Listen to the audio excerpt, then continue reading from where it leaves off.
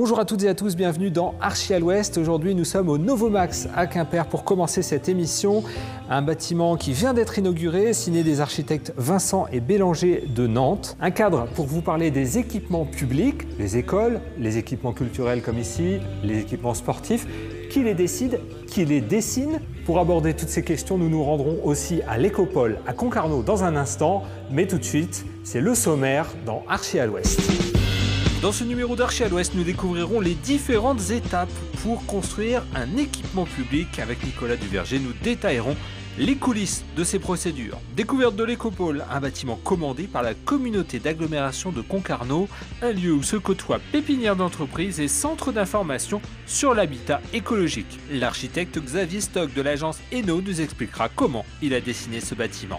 Dans cette émission également, la chronique de notre architecte Tristan Laprérie. Tristan se rend à Loquirec pour découvrir le fruit d'une collaboration réussie entre architectes et paysagistes. Nous rencontrerons aussi le collectionneur et antiquaire quimpérois Marc Lestume, référence nationale pour le design des années 60. Également dans cette émission, le projet de tour de stockage d'énergie à Brest, signé Thierry-Henri Arguache. Tout ça, c'est maintenant et c'est dans Archi à l'Ouest. Comme chaque mois, nous retrouvons Nicolas Duverger. Bonjour Nicolas. Bonjour. Ça va bien? Très bien, oui. Directeur du CAUE. Alors, on est dans un équipement public. On remercie d'ailleurs l'association Polarité qui nous accueille ici dans ce Novomax qui fait partie du pôle Max Jacob, un projet d'envergure qui a pris près de 10 ans. Pourquoi ça prend autant de temps de construire des équipements publics? Alors le temps de la maturation est long, nécessairement, parce qu'il faut déjà que les élus ou la maîtrise d'ouvrage, d'une façon générale, s'entendent sur les objectifs, sur la définition réelle des besoins, mettre tout ça en partition sous forme d'un programme, et puis définir une enveloppe financière affectée aux travaux, avant que de choisir une équipe de maîtrise d'œuvre, donc avec comme chef d'orchestre un architecte. Alors tout ça, c'est bien réglé, la partition est écrite d'avance, il y a une loi qui encadre tout ça. Exactement, depuis le 12 juillet 1985 et la loi MOP, les rôles de la maîtrise d'ouvrage et de la maîtrise d'œuvre, autrement dit du commanditaire et de celui qui va réaliser le projet, sont définis, sont codifiés. Donc cette loi, dans ses premiers chapitres, indique la nécessité, ou plutôt l'obligation d'un programme, de définir ce programme, donc cette première partition, et ensuite détaille précisément les missions affectées à l'architecte et la ventilation et la progression surtout de la mission de l'architecture, qu'on appelle ordinairement la mission de base. Comment il choisit l'architecte ? Alors, il y a différentes façons de choisir. C'est là aussi codifié par le Code des marchés publics. Les seuils de procédure sont encadrés. Donc, ordinairement, pour des petits équipements, c'est ce qu'on appelle une procédure adaptée, donc libre au maître d'ouvrage d'adapter la procédure à l'objet du marché. Pour les conceptions un peu plus importantes, telles que des théâtres, des équipements sportifs, etc., on a recours au concours, à la procédure de concours. Anonyme. Effectivement, en France, les concours sont anonymes et restreints, c'est-à-dire qu'on doit choisir via des dossiers de compétences moyens références, c'est un peu jargonneux, mais c'est comme ça qu'on les choisit, 3 à 4 équipes qui sont admises à concourir. Ensuite, on codifie via un code couleur, une lettre, etc. On efface les noms, quoi. Voilà, leur rendu. Ça se fait généralement par l'intermédiaire d'un huissier de justice. Ouais. On leur demande de répondre sous forme d'une esquisse ou voire d'une maquette parfois. Alors maintenant, c'est la maquette numérique qui a supplanté la maquette papier ou carton, de répondre au programme. Et ensuite, un jury se réunit. Alors, dans le jury aussi, la composition du jury est codifiée, c'est-à-dire qu'on a des élus, des représentants des professions concernées, c'est-à-dire qu'on aura des architectes, des usagers, etc. Ce jury débat sur les grandes orientations architecturales, sur les partis pris, etc., sur la technique. Et généralement, c'est le conseil municipal qui a le dernier mot. Donc vous comprenez que le jury, c'est un intermédiaire, en fait, un élément qui va aider au choix, mais au final, il appartient à la collectivité, via sa représentation au conseil municipal, de choisir. Avec des projets parfois qui coûtent quand même souvent très cher, même parfois très très cher. Alors là aussi, souvent le grand public dit conteste les choix architecturaux, urbanistes, mais tout n'est pas aussi facile pour l'architecte non plus, puisqu'il a beaucoup de contraintes souvent dans un équipement collectif. Bien sûr. Alors, un architecte, c'est un généraliste par définition, de par sa formation, et qui doit s'entourer de bureaux d'études spécialisés. Il ne fait pas son travail seul, donc il a des bureaux d'études qui vont l'aider à appréhender la tenue mécanique du bâtiment, depuis les fondations jusqu'aux superstructures. Sur un équipement tel que celui-ci, il peut y avoir des scénographes aussi qui vont l'aider à appréhender la conception des salles de spectacle, du point de vue technique, les hauteurs, hauteur, les possibilités d'accrochage d'éléments techniques, etc. Les aspects climatiques aussi sont pris en charge ou aidés, en tout cas accompagnés. Ici, c'est un bâtiment d'ailleurs qui est... BBC, bâtiment basse consommation, effectivement, donc il consomme très peu d'énergie. Et je crois qu'il a été conçu aussi suivant une charte HQE, haute qualité environnementale. Enfin, c'est pas une charte, mais une méthodologie haute qualité environnementale qui permet d'objectiver un parti pris environnemental. Merci beaucoup.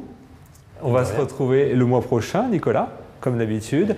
Et on va justement poursuivre sur les équipements publics avec une tour de stockage d'énergie. C'est une nouveauté en France et c'est à Brest que ça se passe avec l'architecte Pierre-Henri Argouache.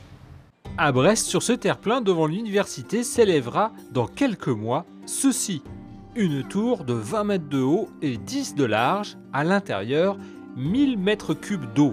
Un ballon géant chargé de réguler la demande sur le réseau de chaleur brestois. Plutôt que d'enterrer l'édifice, il a été décidé d'en faire un objet, un totem, pour témoigner de l'usage du réseau de chaleur. Ça n'est ni de l'architecture, ni de l'art contemporain, mais on est vraiment à la charnière finalement entre différentes disciplines, du land art, de l'art contemporain.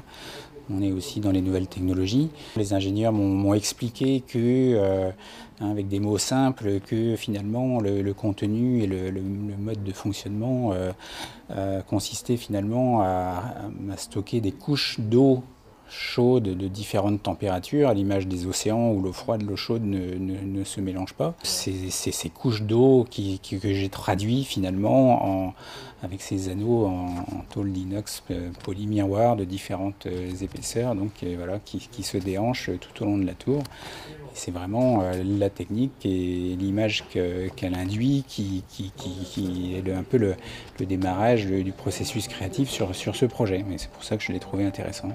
Et puis, signe d'économie, d'un coût d'1 500 000 €, ce ballon devrait être rentabilisé en 7 à 8 ans.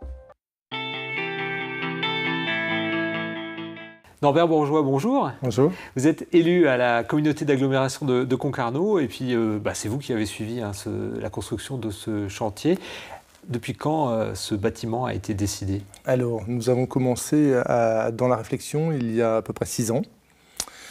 Et puis, avec un groupe de professionnels, de techniciens territoriaux et d'élus, pour voir comment on pouvait garder de la valeur ajoutée sur notre territoire.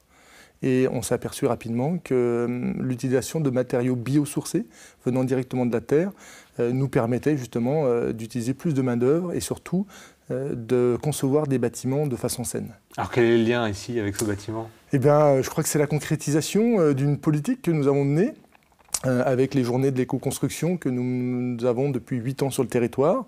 Et c'est une continuité simplement de notre action économique, action environnementale, et pour le développement durable. Ce bâtiment a été conçu pour pouvoir expliquer au grand public comment on peut faire. En fait, on utilise des anciennes techniques qu'on a remis au goût du jour et puis qui sont surtout saines pour l'environnement, pour le bâti.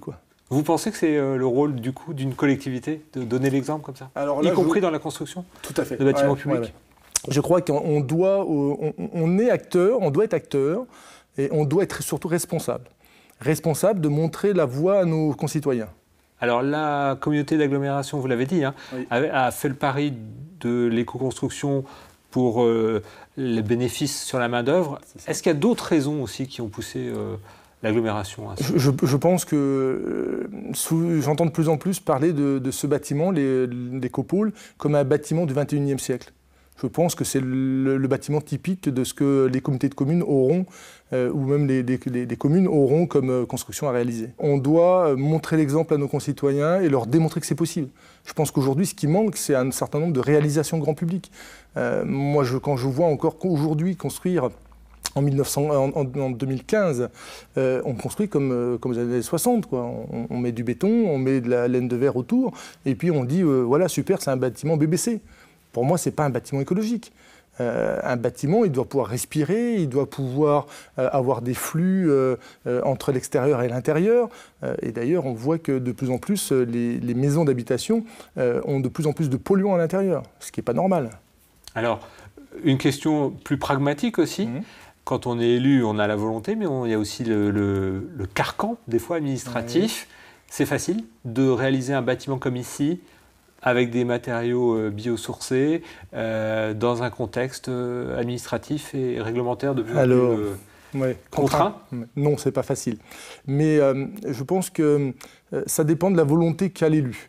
On avait vraiment bien réfléchi, nous, à comment on pouvait concevoir un type de bâtiment. Donc on avait une idée assez précise. On a eu aussi la chance d'avoir la rencontre avec un architecte qui a compris tout de suite ce que l'on souhaitait. C'est-à-dire dans les 3 qui ont été retenus pour l'appel d'offres, il y en avait un qui se détachait vraiment du lot. Après, ça a été des combats rudes avec l'architecte. Je pense que, et la chance que m'a fait le président de la communauté de communes, d'ailleurs successif, ça a été de me laisser les mains libres et de vraiment avoir une vraie discussion, voire des fois un rapport de force avec l'architecte. Et on voulait ça et pas autre chose. C'est-à-dire qu'il était hors de question d'aller y mettre de la laine de verre, de la laine de roche ou des choses que l'on ne souhaitait pas avoir. Voilà, donc je pense que quand l'élu paye, eh bien, avec l'argent de nos concitoyens, c'est l'argent public, eh bien, il faut arriver à un résultat et je pense qu'on ne s'est pas trop trompé. Norbert Bourgeois, c'est le seul endroit ici en France où finalement on regroupe toutes les structures qui peuvent bien conseiller les gens sur la rénovation énergétique de leur habitat. Tout à fait.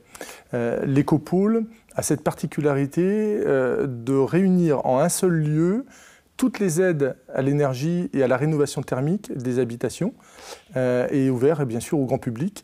Donc nous avons l'espace Info-Énergie, nous avons le Citémétrie qui s'occupe des aides que nous octroyons à nos concitoyens.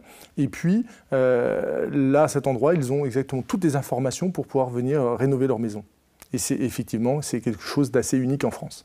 Merci beaucoup Norbert de nous avoir accueillis ici à l'Écopôle. La collaboration avec l'architecte, on va en parler. C'est Tristan Laprairie justement qui aborde cette question dans sa chronique.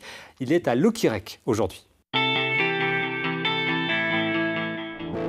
Aujourd'hui, on se retrouve à Locquirec, en Nord-Finistère, pour découvrir un projet de commerce et de services dans le centre-bourg qui, je trouve, est un bon exemple de ces projets dans lesquels l'architecte, qui peut être souvent trouvé autoritaire, qui essaye de poser son œuvre sans faire attention au contexte, non pas que ce soit souvent vrai, mais disons que c'est souvent perçu comme ça, quelquefois l'architecte sait s'agréger les bonnes compétences au fil du projet. Ici, Alain Lescours, architecte à Guimec, juste à côté, a su travailler avec l'architecte des bâtiments de France, travailler avec une paysagiste, Marie, qu'on va rencontrer aussi, pour amener le projet vers un espace partagé qui fonctionne particulièrement bien dans la ville, qui accueille les commerçants, ça fonctionne bien. On va les rencontrer, ils vont nous en parler. Alors bonjour, Alain, tu es l'architecte du projet. Pourquoi est-ce que sur ce projet en particulier, tu t'es retrouvé à travailler avec l'architecte des bâtiments de France, paysagiste, riverain Comme tout architecte, je suis un acteur du projet plus qu'un dictateur. Et donc, il a fallu que je compose avec toutes les données du programme, c'est-à-dire l'architecte des bâtiments de France parce qu'on est en secteur sauvegardé, les riverains parce qu'on est en ville, la municipalité parce qu'il fallait porter leur projet, Marie, paysagiste, parce qu'il y avait une dimension paysagère du projet qu'il ne fallait pas oublier. Et Marie, toi, tu interviens à quel moment dans ce projet ? En fait, dès le départ, Alain avait dessiné les bâtiments et finalement, avec les bâtiments, les espaces publics. Et je suis arrivée, c'est vrai, finalement un peu plus tard dans le projet pour travailler plus techniquement sur la matière et l'identité qu'on allait donner à ces espaces-là pour qu'ils soient un peu en raccord avec toute la ville qu'il y a autour pour créer un bout de ville et non pas seulement des espaces publics autour d'un bâtiment simple et aller au-delà de mettre du verre un petit peu dans ces espaces-là. On va voir sur place ? Oui.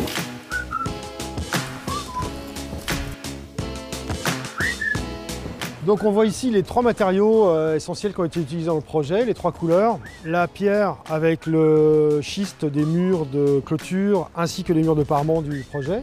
Et le quartzite du dallage.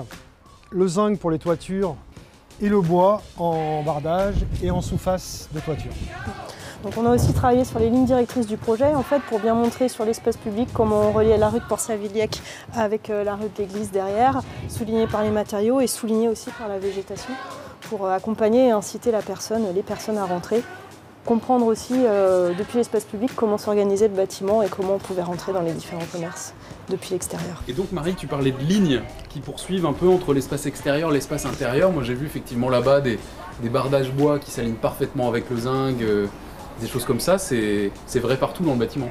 C'est vrai partout entre intérieur et extérieur et c'est vrai qu'il y a eu une attention particulière pendant le chantier pour réussir à arriver à ce niveau de détail. Ouais, des calpinages, des choses qui s'alignent parfaitement, ça donne une qualité perçue quand même à l'ensemble. Ouais. En fait, oui, ces détails ne sont pas forcément perceptibles, ne sont pas évidents à lire, mais ils sont, pour moi, cette simplicité de mise en œuvre est un gage de qualité. Très bien. Merci Alain, merci Marie. Voilà, nous sommes donc à Concarneau, devant l'Écopole et la pépinière d'entreprise en compagnie de l'architecte Xavier Stock. Bonjour. Bonjour. Xavier, c'est vous qui avez signé la réalisation de ce bâtiment. Et il y a cet arbre devant. Et cet arbre, il était déjà là avant le bâtiment et il est resté dans le projet. Tout à fait. Pourquoi Nous avons voulu créer un bâtiment bioclimatique, c'était les données du programme initial avec la communauté de communes. Et la prise en compte des éléments extérieurs est essentielle. L'arbre situé en plein milieu, nous avons tourné le bâtiment autour, nous avons fabriqué la conception globale du bâtiment à partir de cet arbre. Alors, bioclimatique, ça veut dire quoi exactement? Alors, ça veut dire l'utilisation de l'environnement extérieur, donc de ce fameux arbre qui peut apporter de la lumière en hiver, à partir du moment où les feuilles tombent, et permet de protéger le bâtiment en été, quand les feuilles ont poussé bien entendu. D'accord, parce qu'il y a un apport solaire important dans ce bâtiment? Oui, alors la serre bioclimatique qui se situe ici, juste devant l'arbre, juste en dessous de l'arbre plus exactement, permet de préchauffer l'air entrant dans le bâtiment avec les rayons du soleil tout simplement. Ça veut dire que c'est un bâtiment où il n'y a pas du tout de radiateur? Si, bien entendu. Quand même. On parle de l'air entrant pour la ventilation, tout simplement. Ça évite d'utiliser une ventilation double flux. Ce bâtiment possède une ventilation naturelle assistée par induction d'air pour être précis. Le soleil important aussi, même s'il n'est pas au rendez-vous aujourd'hui. Voilà. Sur le toit, des panneaux solaires et oui, un toit végétalisé. Voilà, donc l'utilisation du vent, je viens d'en parler, l'utilisation du soleil et également de panneaux solaires photovoltaïques donc pour récupération de l'énergie naturelle du ciel et de préchauffage de l'eau pour se laver les mains et autres, prendre des douches si nécessaire dans le bâtiment. On parle d'équipement public. La particularité ici, c'est que c'est un centre ressources pour l'éco-habitat. Et là, pour vous, ça signifiait vraiment quelque chose d'important de réaliser ce bâtiment dédié à cette fonction-là. Oui, nous avons conçu un bâtiment qui devait être architecturalement intéressant et original, tout en intégrant complètement, sans se mettre trop en avant, tous les éléments techniques et environnementaux. Donc il est bardé de beaucoup d'éléments environnementaux, dissimulés et intégrés à l'architecture. Quelques exemples?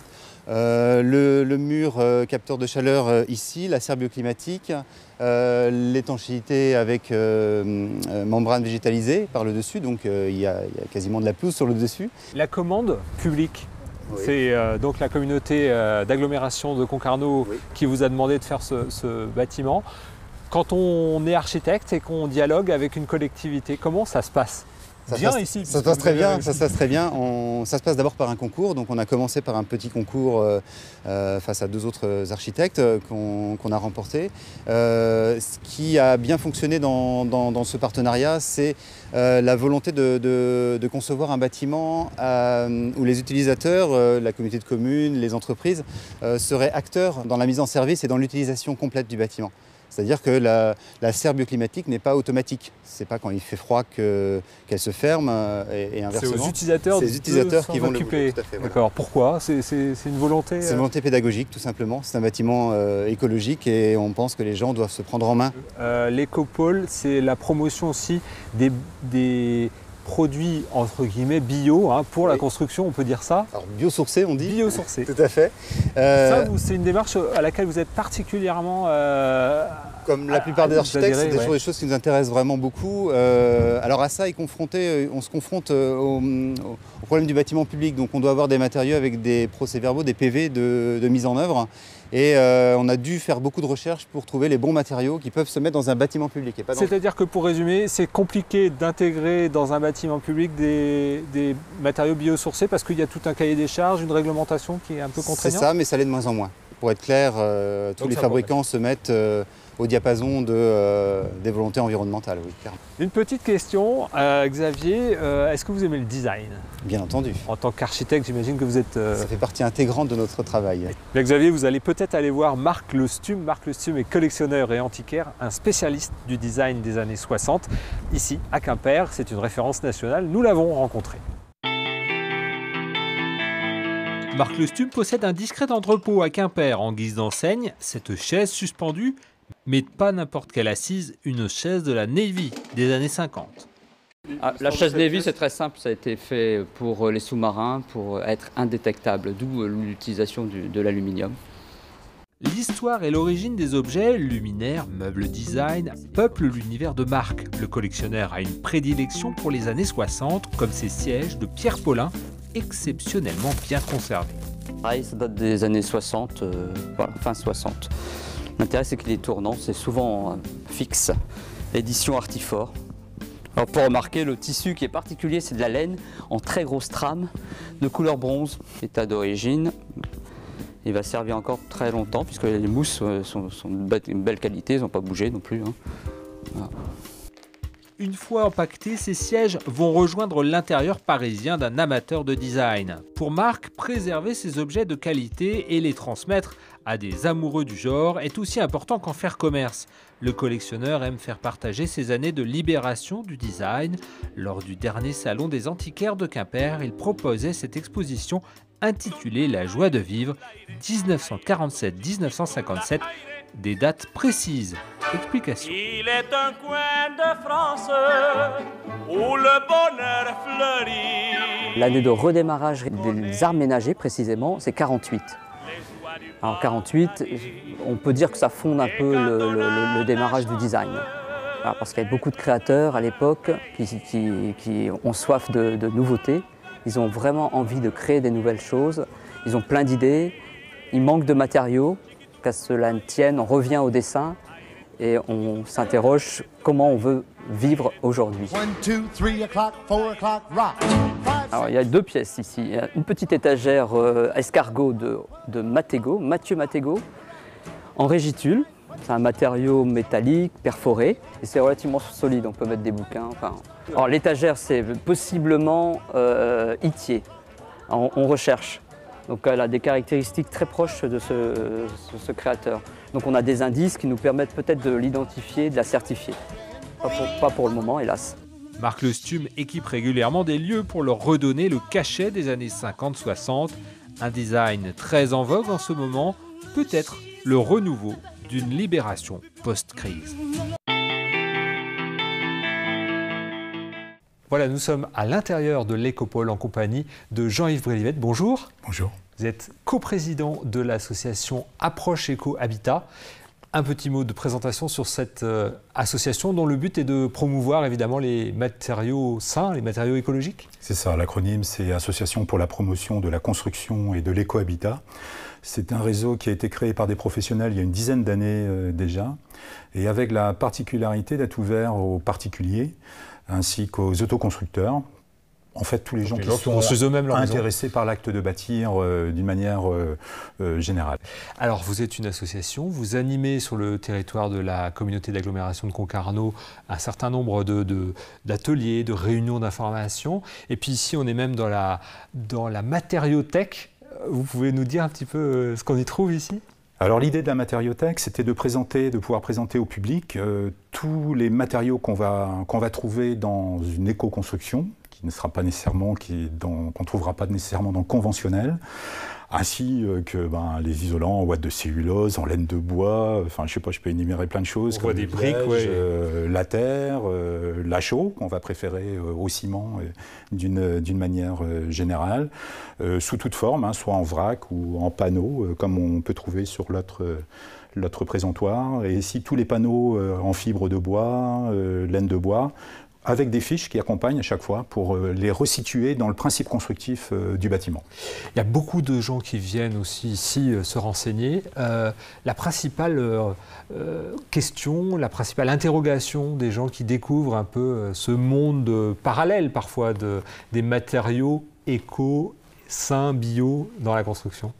Alors nous, on a un petit peu l'habitude de dire que l'éco-construction se positionne sur 3 piliers, qui seront déjà une performance thermique de la maison. Là, on va atteindre facilement au moins le passif, donc très peu de consommation à l'intérieur de la maison. Une qualité sanitaire, par rapport aux matériaux qui sont utilisés. Qui n'agissent pas sur le bien-être, sur la santé. Voilà, générer le moins possible de COV, les composés organiques volatiles, tous ces molécules chimiques qu'on peut avaler, ingérer, etc., dans un bâtiment conventionnel. Donc ça, on sera très attaché à ça. Et pour ceux qui vont un petit peu plus loin, le volet environnemental, un matériau, combien ça coûte à produire, combien de CO2 il faut pour le faire, d'où il vient, est-ce qu'il vient de l'autre côté de la planète, ou est-ce que le bois qu'on utilise ici vient des monts d'Arrée. Donc à chaque fois, on va faire entrer aussi dans la démarche ces calculs-là. Alors Jean-Yves Brelivette, une belle vitrine pour aussi accueillir du public, pour ces animations, ces réunions. Vous avez des ateliers même qui sont organisés? Oui, alors une fois par mois, à destination des particuliers, on a des ateliers organisés le samedi matin. On a eu des ateliers par exemple sur les enduits au stuc, sur le feng shui, sur l'entretien, les jardins presque sans entretien. Bientôt c'est sur les poêles. Et on a aussi des ateliers une fois par mois à destination des professionnels, et là uniquement des professionnels, toujours dans le cadre de ce qu'on appelle nous un laboratoire d'innovation pédagogique. Donc c'est une manière différente de formation à destination des professionnels qui s'éloigne aussi un peu là aussi du conventionnel. Pour venir ici, il faut forcément habiter le territoire de l'agglomération concarnoise? Non, pas du tout. Ça, c'est quelque chose que nous avons négocié avec CCA. L'idée, c'est que ce bâtiment rayonne sur toute la Bretagne, soit même au niveau de la formation, notamment, soit un bâtiment de référence. Merci beaucoup Jean-Yves Brelivette. Maintenant, vous savez où vous adresser si vous souhaitez construire ou rénover avec des matériaux éco-sourcés. Pour notre part, on se retrouve le mois prochain pour de nouvelles découvertes architecturales. Merci beaucoup et à très bientôt.